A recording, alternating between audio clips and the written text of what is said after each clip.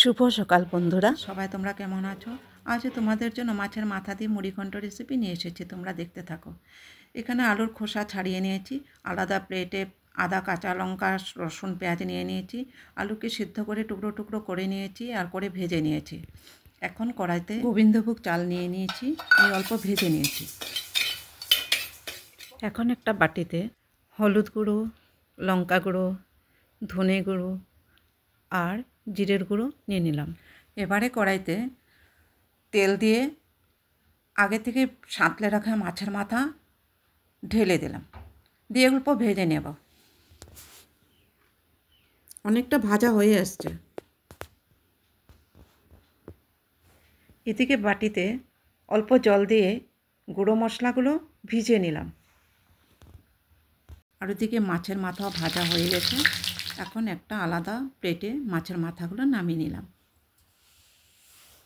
এবারে কড়াইতে যা তেল ছিল তার মধ্যে তেজপাতা, এলাচ, দারচিনি এবং জিরে দিয়ে একটু ফোড়ন দিলাম।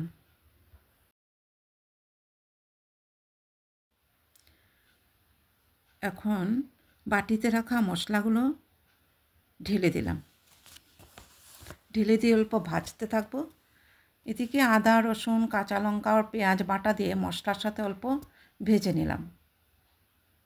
তারপর ভাজা হয়ে গেলে ভেজে রাখা চালটা ঢেলে দিলাম। দেখো বন্ধুরা, ভাজা হয়ে গেছে। এখন আমি খানিকটা গরম জল এটার মধ্যে ঢেলে দেব। জল দিয়ে নাড়িয়ে চাড়িয়ে এখন ভাজা আলুগুলো আর মাছের মাথা ঢেলে দেব। সাথে নুনও দিয়ে দিলাম। দিয়ে এখন একটু নাড়িয়ে চাড়িয়ে ঢাকা দিয়ে দেব, যাতে একটু মাছের মাথাটা সেদ্ধ হয়ে যায়। এখন ঢাকনাটা খুলে দিলাম। দেখো বন্ধুরা, কি সুন্দর মিলেমিশে গেছে। আলু, মাছের মাথা আর চাল সব একসাথে সেদ্ধ হয়ে গেছে।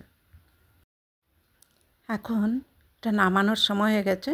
আমি একটা আলাদা পাত্রে এটা নামিয়ে নেব। নামিয়ে নিয়ে তারপর ওতে একটু ঘি দিয়ে দেবো সুন্দর গন্ধ আসার জন্য।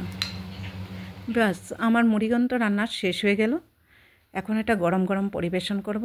তোমরা ট্রাই করো, ভালো লাগলে লাইক অ্যান্ড সাবস্ক্রাইব করে দিও। কেমন?